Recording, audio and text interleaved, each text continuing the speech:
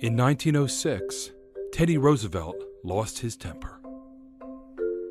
It was an epic temper tantrum. It would ruin over 100 lives, echo through the halls of Congress. Its effects would last 100 years. Here is what he did. On October 3, 1906, Roosevelt personally issued Special Order 266.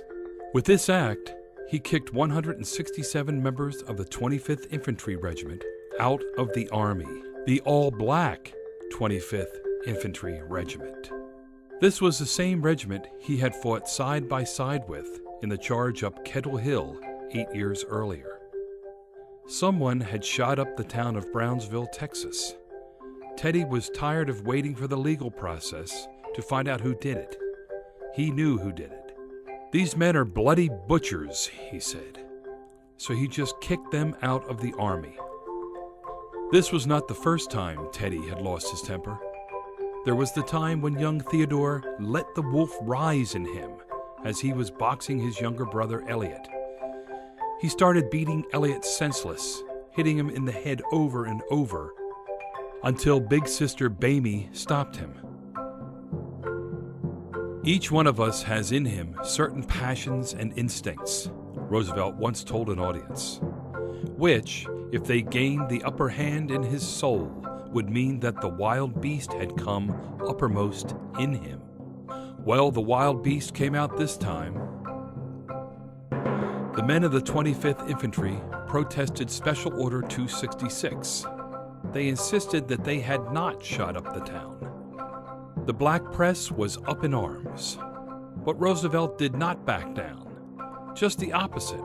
He hired detectives to spy on the soldiers. He attacked Joe Foraker, the senator from Ohio who defended the black troops. Roosevelt viciously opposed all attempts to overturn his order. Foraker left the Senate. The Brownsville protests eventually faded away. So did the men of the 25th Infantry. Deprived of their Army pay and pensions, barred from employment in any civil service, they joined the bleak workforce of black men struggling to survive. A half-century passed. Then, one day in 1967, a writer named John D. Weaver was looking through a scrapbook of family photos.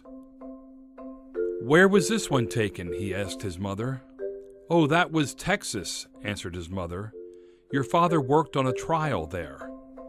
Teddy Roosevelt kicked a bunch of black soldiers out of the Army." Weaver didn't believe his mother. He had never heard of such a story. John D. Weaver researched it. He found it was true. It didn't sound right, so he began digging into it. He found that the Texas investigators found bullet shells in the street after the raid that night in 1906.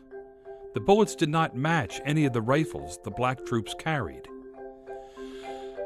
John D. Weaver found that a great deal of the evidence against the men of the 25th was bogus. He wrote a book exonerating the men of the 25th.